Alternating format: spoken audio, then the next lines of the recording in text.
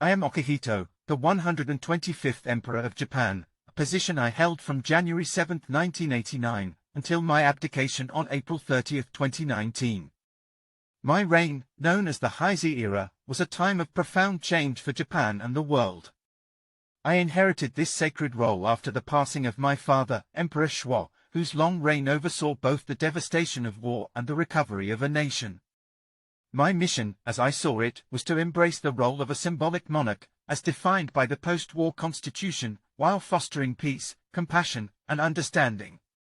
From the very start, I committed myself to breaking barriers and humanizing the imperial role.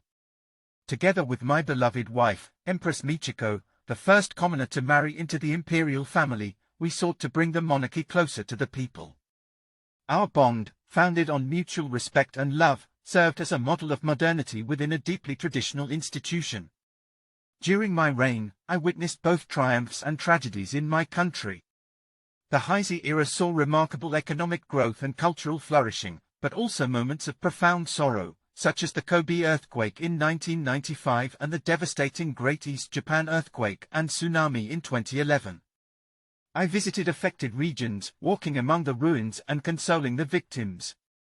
As I knelt to speak with survivors, I hoped to offer them not only words of sympathy but a reassurance that their emperor stood with them in their grief. Internationally, I strived to act as a bridge of reconciliation.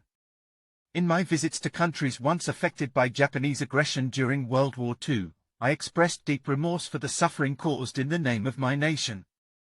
I hoped to demonstrate that the past could be a foundation for healing and cooperation. This was a personal journey for me as well, as I studied and reflected on the complexities of Japan's wartime history. One of my enduring passions was biology, specifically the taxonomy of goby fish. I continued my academic research throughout my reign, publishing papers and collaborating with fellow scientists. It was my way of remaining connected to the natural world, a source of tranquility and inspiration amidst the weight of my responsibilities. As my health began to decline with age, I began to contemplate the future of the Chrysanthemum Throne.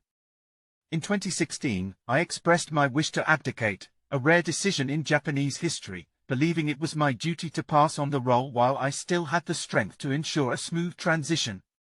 My request was met with understanding, and after necessary legislative changes, I stepped down in 2019, marking the end of the Heisei era. Today, I live in quiet retirement, deeply thankful for the opportunity to have served my nation and its people. My son, Emperor Hirohito, now carries the mantle, ushering in the Reiwa era. I look upon this new chapter with hope, trusting that he will continue the legacy of humility, compassion, and peace that I endeavored to uphold. Through it all, I remained guided by the belief that an emperor's duty is not to command but to serve, not to divide but to unite. My life has been one of devotion to Japan and its people, and for that, I am eternally grateful.